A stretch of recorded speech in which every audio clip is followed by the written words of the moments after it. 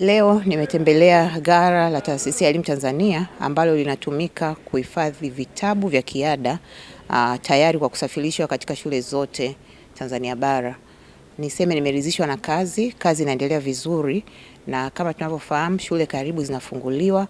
Lengo letu ni kuhakikisha kwamba shule zitakapofunguliwa zote zinakuwa zimeshapata vitabu husika.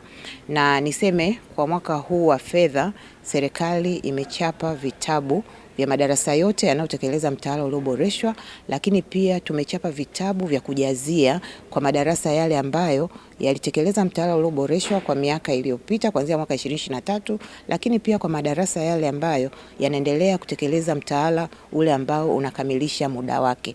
Kwa hiyo niseme tumechapa takriban nakala milioni 18,628 ambazo zimelenga kujumuisha ngazi ya elimu ya awali, ngazi ya elimu ya msingi darasa la kwanza mpaka la 7, kidato cha kwanza mpaka cha 4 na kidato cha 5 mpaka cha 6.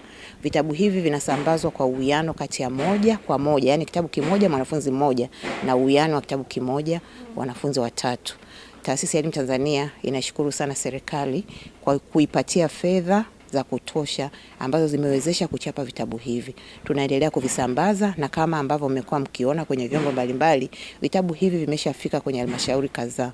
Ninawahimiza walimu vitabu hivi vitunzwe, lakini zaidi vitabu hivi vitumike ili kuhakikisha basi lengo la serikali ya awamu ya 6 la kuboresha elimu linatimia. Kwa namna pekee nitoe shukurani kwa Mheshimiwa Rais wa Jamhuri ya Muungano wa Tanzania, Mheshimiwa Dr. Samia Suluhu Hassan. Kama ambavyo mnaona, Taasisi ya Elimu Tanzania imepokea fedha za kutosha ambazo zimewezesha kuchapa vitabu hivi. Nimesema kwamba ngazi zote, madarasa yote yamepata vitabu hivi. Kwa hiyo tunatoa shukrani za dhati, na tuna imani basi walimu watavitumia na wanafunzi watavitumia ipasavyo kuhakikisha kwamba tunaboresha elimu kama ambavyo Mheshimiwa Rais wetu na serikali yote inatamani.